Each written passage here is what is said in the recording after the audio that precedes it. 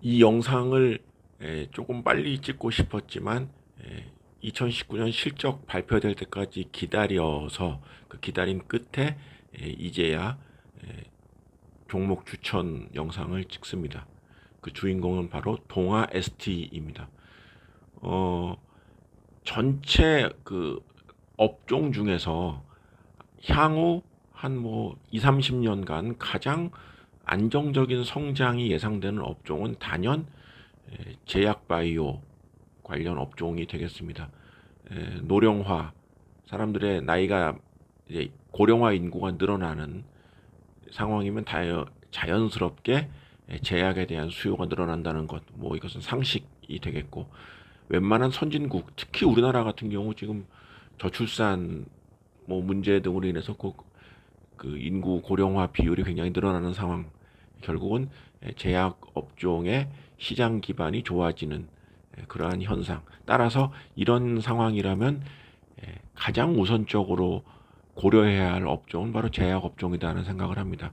우리나라 같은 경우는 건강보험이 당연 지정제로 되어 있기 때문에 영리병원이 그 운영이 어렵고 하기 때문에 결국은 이제 의료보건 서비스 관련되어서 상장 기업은 바로 제약이라고 생각을 합니다.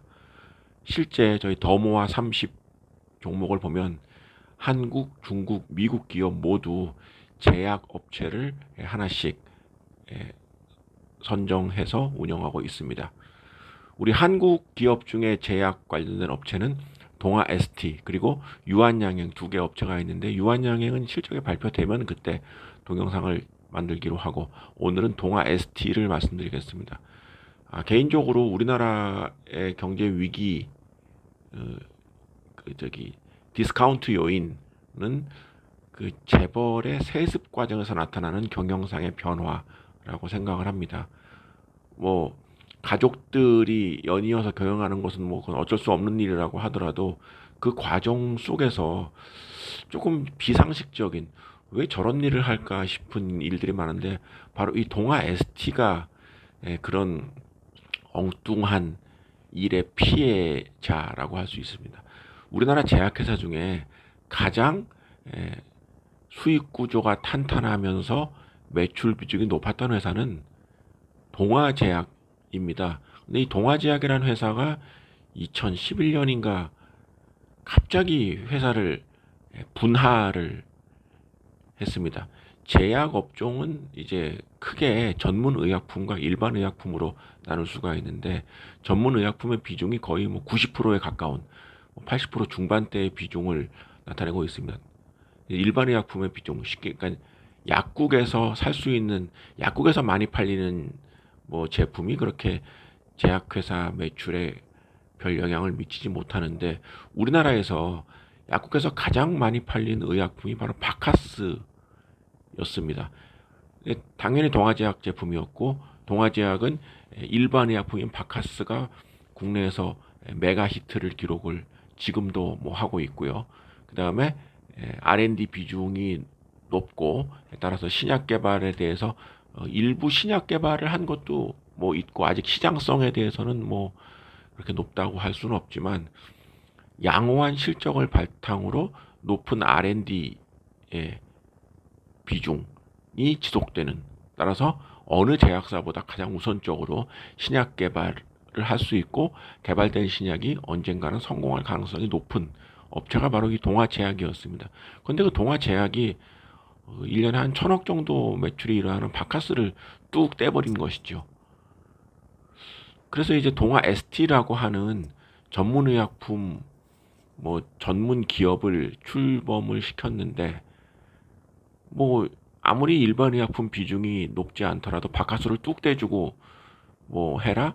그거는 사실 기업 입장에서 뭐 사람 몸통을 뚝 떼주고 걸어봐라 하는 거와 똑같은 일이었고, 이에 따라서 주가도 당시 동아 ST가 분할된 다음에 최초에는 주가가 한 15만 원대 정도였는데, 2020년 이 동영상을 찍는 2월 13일 동아 ST 주가 9만 8천 원입니다. 그러니까 뭐 지난 한 7년간 주가가 뭐 거의 반토막, 한 한 40% 정도 하락을 한 것이죠. 자, 이 시점에서 이제 동아제약은 동아 ST는 재평가돼야 된다고 생각을 합니다. 바카스를 뚝 떼준 어이없는 경영으로 인한 주가 하락이 있었지만 사실 동아 ST의 실적은 한 번도 적자가 발생하지 않은 채 양호한 성장을 기록을 했습니다. 그리고 2019년에도 전년에 비해서 두 자릿수의 매출과 이익의 증가를 기록을 했습니다.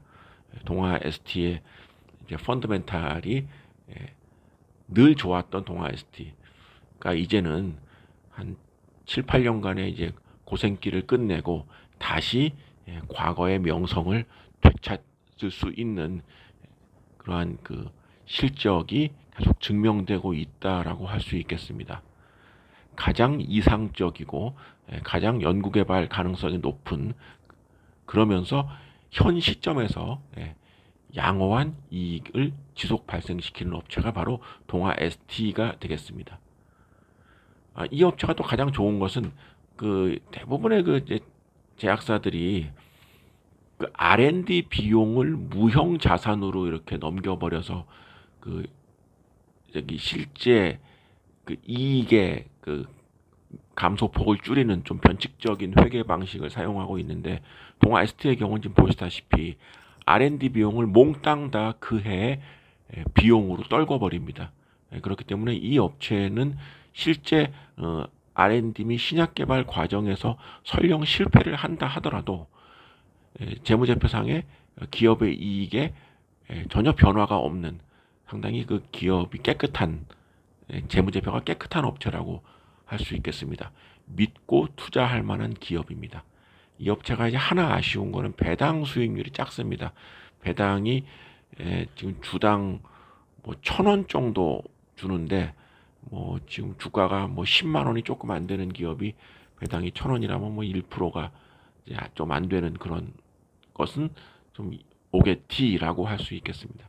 그러나 이 업체가 과거 분할 상장했을 때에 비해서 주가의 하락폭이 너무 크고 기업의 성장은 지속되고 있기 때문에 과거 바카스를 이제 떼주었던 그런 아픔을 지금 현재의 기업 실적으로 7년간의 성과가 이제 드러나고 있다. 이제는 더 이상 바카스의 아쉬움에 뭐 아쉬워할 필요가 없다. 이러한 생각이 듭니다. 한국을 대표하는 가장 모범적이고 투자하기 좋은 제약회사 동아 ST입니다.